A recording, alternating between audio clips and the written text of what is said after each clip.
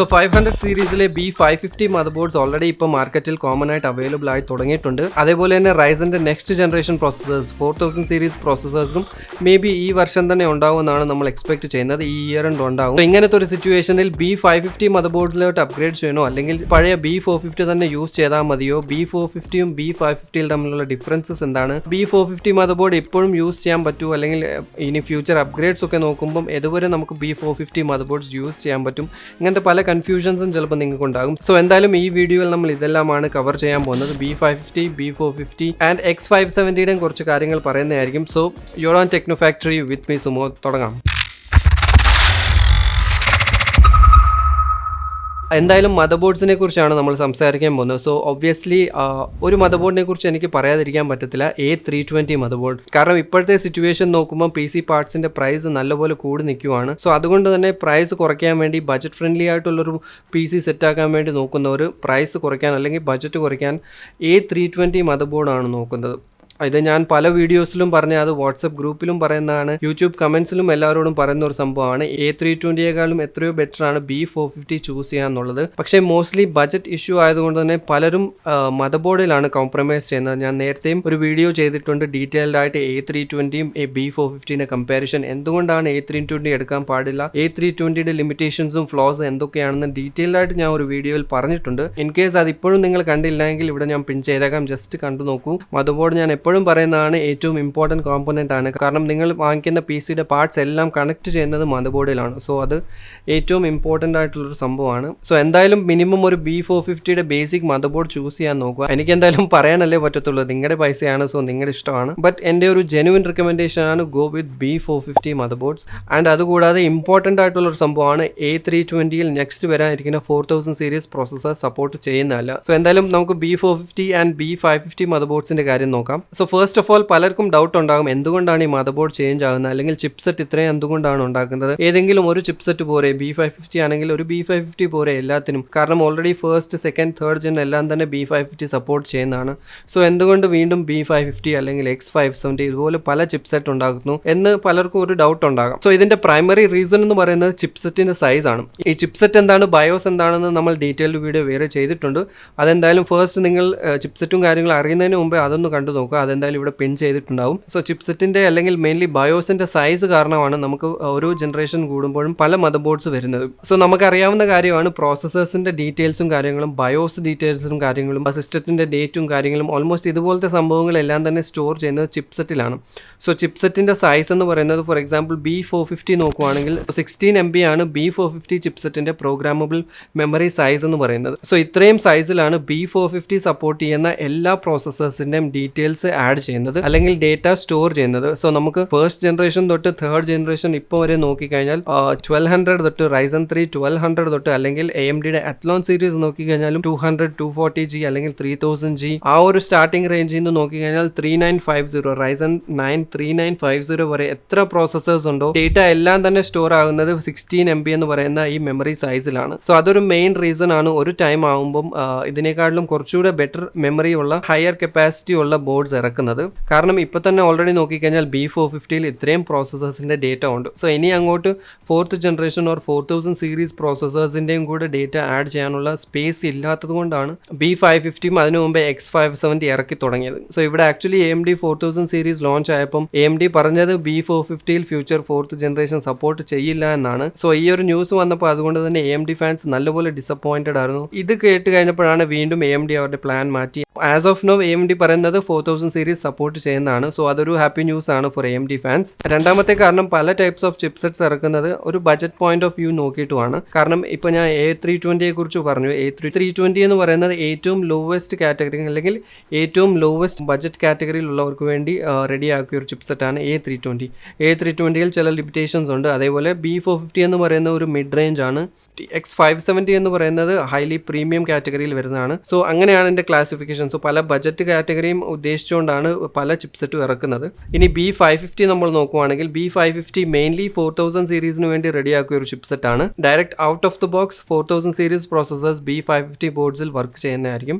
B450 motherboard ആണെങ്കിൽ ഇപ്പം third generation പോലെ തന്നെ ബയോസ് അപ്ഡേറ്റിന്റെ ആവശ്യം വരുന്നതായിരിക്കും. സോ B550 ഇപ്പോൾ നോക്കുവാണെങ്കിൽ പ്രൈസും പെർഫോമൻസും ഫീച്ചേഴ്സ് വൈസും B450ന്റെയും X570 ബോർഡ്സിന്റെ ഇടയ്ക്കാണ് വരുന്നത്. പ്രൈസ് നോക്കിക്കഴിഞ്ഞാൽ B450നേക്കാളും കുറച്ച് കൂടുതലാണ്. ഒബ്വിയസ്ലി ഇപ്പം ഇറങ്ങിയത് കൊണ്ട് പ്രൈസസ് കൂടുതലാണ്. കുറച്ചൊന്ന് സ്റ്റേബിൾ ആയി കഴിയുമ്പം ഓൾമോസ്റ്റ് B450യുടെ റേഞ്ചിൽ എത്തുമായിരിക്കും. X570 മദർബോർഡ്സിൽ നമ്മൾ കാണുന്ന അത്രയും പ്രീമിയം ആയിട്ടുള്ള ചോക്സും VRM സെറ്റപ്പാണ് B550യിലും വരുന്നത്. അതിലുള്ള ഓൾമോസ്റ്റ് എല്ലാ ഫീച്ചേഴ്സും B550യിലുണ്ട്. ഒന്ന് രണ്ട് ചെറിയ കാര്യങ്ങൾ മാത്രമേ ഇല്ലാന്നേ ഉള്ളൂ. പക്ഷേ X570 മദർബോർഡ്സിന് അതേ സ്ട്രോങ് ക്വാളിറ്റിയും ബിൽഡ് ക്വാളിറ്റിയും ഓൾമോസ്റ്റ് അതിന്റെ സെയിം VRMസും ഫീച്ചേഴ്സും ആണ് B550യിലും വരുന്നത്. ഒരു ഇമ്പോർട്ടന്റ് ഫാക്ടർ നോട്ട് ചെയ്യേണ്ടത് B550 മദർബോർഡ്സിൽ ഇപ്പോൾ ഉള്ള Ryzen 3 3200Gയും 3400G APയും സപ്പോർട്ട് ചെയ്യുന്നതല്ല. കാരണം 3200Gയും 3400Gയും തേർഡ് ജനറേഷൻ പ്രോസസേഴ്സ് അല്ല.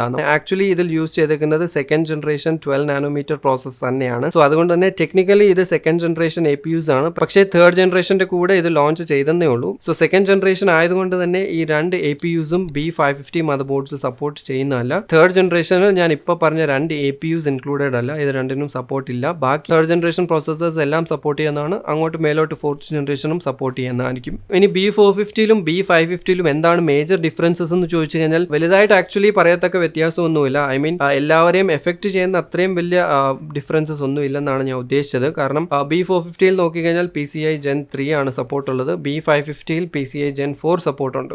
പുതിയതായിട്ട് ഇറങ്ങിയതാണ് PCI Gen 4 എന്ന് പറയുന്നത്, ജനറേഷൻ 4. സോ കുറച്ചുകൂടെ ബാൻഡ് വിത്ത് കൂടുതലാണ് PCI ജനറേഷൻ 4 എന്ന് പറയുമ്പം. ഡേറ്റ ട്രാൻസ്ഫർ സ്പീഡ് ആകട്ടെ എനിക്ക് തോന്നുന്നു 32 Gbps സ്പീഡിന് മേലെയാണ് PCI Gen 4ൽ കിട്ടുന്നത്. PCI Gen 3യിൽ നമുക്ക് 16 Gbps സ്പീഡാണ് ഡേറ്റ ട്രാൻസ്ഫറിൽ കിട്ടുന്നത്. ഓൾസോ PCI Gen 4 എന്ന് പറയുന്ന സംഭവം എല്ലാവർക്കും യൂസ്ഫുൾ ആണോ എന്ന് ചോദിച്ചു കഴിഞ്ഞാൽ എനിക്ക് തോന്നുന്നില്ല ഫ്രാങ്ക്ലി അത് എല്ലാവർക്കും യൂസ്ഫുൾ ആണെന്ന്. കാരണം PCI Gen 4 എന്ന് പറയുന്നത് ആകെ ഇപ്പോൾ ഉള്ളത് നമുക്ക് AMDയുടെ RX 5500 XT, 5600 XT, 5700 XTയും 5700 ഈ 4 ഗ്രാഫിക്സ് കാർഡ്സ് മാത്രമേ ഉള്ളൂ PCI Gen 4 യൂട്ടിലൈസ് ചെയ്യുന്നത്. അതേപോലെ തന്നെ പുതിയതായിട്ട് വന്ന PCI Gen 4 based NVMe M.2 SSDs ഇതും എത്ര പേര് യൂസ് ചെയ്യാൻ ചാൻസ് ഉണ്ടെന്ന് എനിക്ക് ഡൗട്ട്ഫുൾ ആണ്. സോ അതുകൊണ്ട് തന്നെ PCI Gen 4 എന്ന് പറയുന്നത് ഇപ്പം എല്ലാവർക്കും അത്ര യൂസ്ഫുൾ ആണോ എന്ന് ഒരു സംശയമാണ്. സോ B550 മദർബോർഡ്സ് നോക്കുവാണെങ്കിൽ രണ്ട് PCI Gen 4 based devices connect ചെയ്യാനുള്ള ഓപ്ഷൻ ഉണ്ട്. അത് ഒന്ന് ഗ്രാഫിക്സ് കാർഡും ഒന്ന് NVMe ബേസ്ഡ് സ്റ്റോറേജ് ആണ്. സോ നിങ്ങൾ PCI Gen 4 സപ്പോർട്ട് ചെയ്യുന്ന ഗ്രാഫിക്സ് കാർഡും M.2 സ്റ്റോറേജും യൂസ് ചെയ്യുന്നുണ്ടെങ്കിൽ മാത്രം B550 മേടിച്ചിട്ട് കാര്യമുള്ളൂ. അല്ലാന്നുണ്ടെങ്കിൽ B450 ഒരു നല്ല ഓപ്ഷൻ തന്നെയാണ് ഇപ്പോഴും. സോ B550 മദർബോർഡ് നോക്കിക്കഴിഞ്ഞാൽ രണ്ട് ഗ്രാഫിക്സ് കാർഡിന്റെ സ്ലോട്ട് വരുന്നതായിരിക്കും. അതിൽ ഒന്ന് PCI Gen 4ഉം ഒന്ന് PCI Gen 3 ആണ്. പക്ഷേ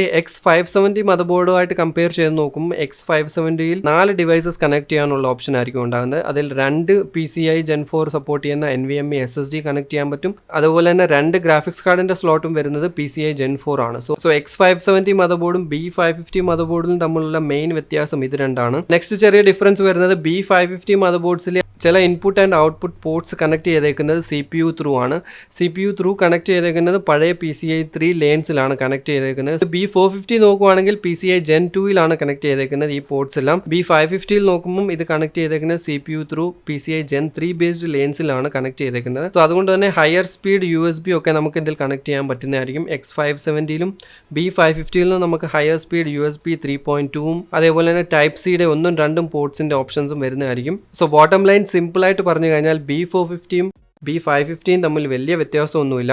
അതായത് ഒരു നോർമൽ കൺസ്യൂമറിന് വലുതായിട്ട് നോക്കേണ്ട അങ്ങനത്തെ വലിയ ഡിഫറൻസസ് ഒന്നും തന്നെ ഇല്ല. B450 PCI Gen 3 ആണ് സപ്പോർട്ട് ചെയ്യുന്നത്. B550യിൽ രണ്ട് PCI Gen 4 സ്ലോട്ട്സ് കൊടുത്തിട്ടുണ്ട്. ആൻഡ് B450 ബോർഡിനെക്കാളും B550 കുറച്ചുകൂടെ സ്ട്രോങ് ആണ്. VRMs ഏറ്റവും ബെസ്റ്റ് ആണ് B550യിൽ. VRM സെറ്റപ്പ് എന്ന് പറയുന്നത് ഞാൻ പറയുന്നു X570യുടെ ആൾമോസ്റ്റ് അതേ VRMസും ചോക്സും കപ്പാസിറ്റേഴ്സും സ്ട്രോങ് ആയിട്ടുള്ള PCB ആണ് യൂസ് ചെയ്തേക്കുന്നത്. സോ B550 മദർബോർഡ്സ് ബിൽഡ് ക്വാളിറ്റിയിൽ സ്ട്രോങ് ആയിരിക്കും. VRMസിന്റെ ക്വാളിറ്റിയിലും പവർ ഡെലിവറിയിലും സ്ട്രോങ് ആയിരിക്കും. സോ ഇതാണ് B550യുടെ പ്ലസ് പോയിന്റ്സ് എന്ന് പറയുന്നത്. ഇനി മേജർ ക്വസ്റ്റ്യൻ വരുന്നത് B550 മദർബോർഡ്സ് വാങ്ങണമെന്നുള്ളതാണ്. എൻ്റെ ഒരു ഒപ്പീനിയൻ പറഞ്ഞു കഴിഞ്ഞാൽ ഇൻ കേസ് നിങ്ങൾ PCI Gen 4 ഗ്രാഫിക്സ് കാർഡ് അല്ലെങ്കിൽ NVMe സ്റ്റോറേജ് യൂസ് ചെയ്യുന്നില്ല എന്നുണ്ടെങ്കിൽ B450 മദർബോർഡ് യൂസ് ചെയ്യുന്നത് തന്നെയായിരിക്കും നല്ലത്. അത് പുതിയ യൂസറിന്റെ കാര്യമാണ് പറയുന്നത്. ഓൾറെഡി നിങ്ങളുടെ കയ്യിൽ B450 നല്ലൊരു മദർബോർഡ് ഉണ്ടെങ്കിൽ അത് തന്നെ യൂസ് ചെയ്യുന്നതായിരിക്കും ഏറ്റവും നല്ലത്. ഇൻ കേസ് നിങ്ങളൊരു പുതിയ PC ബിൽഡ് ചെയ്യാൻ പോവാണ് ആൻഡ് ഒരു ബജറ്റ് റേഞ്ചിലുള്ള മദർബോർഡ് ആണ് നോക്കുന്നതെങ്കിലും B450 നോക്കുന്നതായിരിക്കും ഏറ്റവും ബെസ്റ്റ്. ബട്ട് ഇൻ കേസ് നിങ്ങളുടെ മദർബോർഡിന്റെ ബജറ്റ് ഒരു 12,000 to 15,000 റേഞ്ചിലാണ്, ഈ ഒരു റേഞ്ചിലുള്ള മദർബോർഡ് ആണ് നോക്കുക. സോ ബജറ്റ് ഉണ്ടെങ്കിൽ അതായത് ഒരു 13,000 and 15,000 റേഞ്ചിലാണ് നിങ്ങൾ മദർബോർഡ് നോക്കുന്നതെങ്കിൽ B550 എടുക്കുന്നതാണ് ബെസ്റ്റ്. ഈ സെയിം റേഞ്ചിൽ തന്നെ ഉള്ള സ്റ്റാർട്ടിംഗ് B550 മോഡൽ എടുക്കുന്നത്. സോ ഫ്യൂച്ചറിൽ നിങ്ങൾ ഇൻ കേസ് NVIDIAയുടെ പറയാൻ പറ്റത്തില്ല 3000 ഗ്രാഫിക്സ് കാർഡ്സ് വരുന്നത് PCI 4 സപ്പോർട്ട് ഉണ്ടാവും എന്നൊക്കെ കേൾക്കുന്നുണ്ട്. സോ ഇൻ കേസ് NVIDIAയുടെയും മേ ബി ഫ്യൂച്ചറിൽ PCI 4 ബേസ്ഡ് ഗ്രാഫിക്സ് കാർഡ്സ് ഇറങ്ങുവാണെങ്കിൽ നല്ലതായിരിക്കും. B550 മദർബോർഡ് ഉണ്ടെങ്കിൽ അതൊരു നല്ല ആഡഡ് അഡ്വാൻറ്റേജ് ആയിരിക്കും. സോ ബജറ്റ് ഉണ്ടെങ്കിൽ അതായത് ഒരു 13,000 and 15,000 റേഞ്ചിലാണ് നിങ്ങൾ മദർബോർഡ് നോക്കുന്നതെങ്കിൽ B550 എടുക്കുന്നതാണ് ബെസ്റ്റ്. അതല്ല എന്നുണ്ടെങ്കിൽ അതിന് താഴെയൊക്കെയാണ് 10,000 റേഞ്ച് അല്ലെങ്കിൽ അതിന് താഴെയാണെങ്കിൽ B450 ഓക്കെയാണ്. കാരണം B450 എടുത്തു കഴിഞ്ഞാൽ നിങ്ങൾക്ക് 4000 സീരീസിലോട്ട് അപ്ഗ്രേഡ് ചെയ്യാൻ പറ്റും. അതേപോലെ തന്നെ ഇൻ കേസ് നിങ്ങൾ PCI Gen 4 ബേസ്ഡ് എന്തെങ്കിലും ഡിവൈസസ് വാങ്ങുന്നുണ്ട് അല്ലെങ്കിൽ അത് യൂസ് ചെയ്യാൻ പ്ലാൻ ചെയ്യുന്നുണ്ട്, M.2 ഡ്രൈവ് അല്ലെങ്കിൽ റേഡിയോന്റെ 5600 XT ഓർ ഈ സീരീസിലുള്ള ഗ്രാഫിക്സ് കാർഡ്സും യൂസ് ചെയ്യാൻ എന്തെങ്കിലും പ്ലാൻ ഉണ്ടെങ്കിൽ B550 എടുക്കുന്നത് ഒരു നല്ലൊരു ഓപ്ഷൻ ആയിരിക്കും. അതല്ല ഈ കാറ്റഗറിയിൽ ഒന്നുമല്ല നിങ്ങൾ വരുന്നത്, നിങ്ങൾക്ക് ഒരു മീഡിയം ബജറ്റ് PC അല്ലെങ്കിൽ നിങ്ങൾ മീഡിയം ബജറ്റ് ആണ് നോക്കുന്നത് or lower budget category and ഈ കാറ്റഗറി ഞാൻ ഇപ്പോൾ പറഞ്ഞ ഇതിൽ സംഭവങ്ങൾ ഒന്നും നിങ്ങൾ യൂസ് ചെയ്യാൻ പോകുന്നില്ലെങ്കിൽ B450 ഏറ്റവും ബെസ്റ്റ് ഓപ്ഷൻ ആണ്. നിങ്ങളുടെ കയ്യിൽ ഈവൻ പഴയ B450 ഉണ്ടെങ്കിലും അപ്ഗ്രേഡ് ചെയ്യേണ്ട ആവശ്യമില്ല. ഫ്യൂച്ചറിൽ ചിലപ്പോൾ റേറ്റ്സ് കുറയുമായിരിക്കും B450യുടെ, കാരണം ഇപ്പോഴത്തെ ഈ ഒരു സിറ്റുവേഷൻ കാരണമാണ് B450യുടെ പ്രൈസസ് കൂടിയത്. ആൻഡ് B550 ഒന്ന് മെയിൻ സ്ട്രീം ആയി തുടങ്ങുമ്പോൾ 4000 സീരീസ് പ്രോസസേഴ്സ് ഇറങ്ങി തുടങ്ങുമ്പോൾ മേ ബി B450 മദർബോർഡ്സിന്റെ പ്രൈസ് കുറച്ചുകൂടെ കുറയുന്നതായിരിക്കും. സോ ലോ ടു മീഡിയം ബജറ്റ്സിൽ B450 still the best option ആണ്. നല്ല ബജറ്റ് ഉണ്ടെങ്കിൽ B550 നോക്കാവുന്നതാണ്. സോ എന്തായാലും ഇതൊക്കെയാണ് B450യും B550യും തമ്മിലുള്ള ഡിഫറൻസസും കാര്യങ്ങളും ആൻഡ് ഇപ്പോഴത്തെ സിറ്റുവേഷൻ വെച്ച് ഏതാണ് നിങ്ങൾക്ക് ബെസ്റ്റ് എന്നുള്ള കാര്യങ്ങളും ഞാൻ എക്സ്പ്ലെയിൻ ചെയ്തിട്ടുണ്ട്. എന്തായാലും ഇന്നത്തെ വീഡിയോയിൽ ഇത്രയേ ഉള്ളൂ ഗൈസ്. ഐ ഹോപ്പ് നിങ്ങൾക്ക് ഈ വീഡിയോ ഇഷ്ടപ്പെട്ടിട്ടുണ്ടാകും. ഇഷ്ടപ്പെട്ടെങ്കിൽ ലൈക്ക് ചെയ്യുക, ഇല്ലെങ്കിൽ ഡിസ്ലൈക്ക് ചെയ്യുക. ഇൻഫർമേറ്റീവ് ആയിട്ട് തോന്നിയെങ്കിൽ മാക്സിമം വീഡിയോ ഷെയർ ചെയ്യുക. അതോടൊപ്പം തന്നെ നമ്മുടെ ചാനൽ ഇതുവരെ സബ്സ്ക്രൈബ് ചെയ്തിട്ടില്ലെങ്കിൽ do subscribe to my channel and തൊട്ടടുത്തുള്ള മണി ഒന്ന് അടിച്ചിട്ടേക്കാം. എന്തായാലും അടുത്തൊരു നല്ല വീഡിയോയിൽ കാണാം. Till then be positive and stay happy.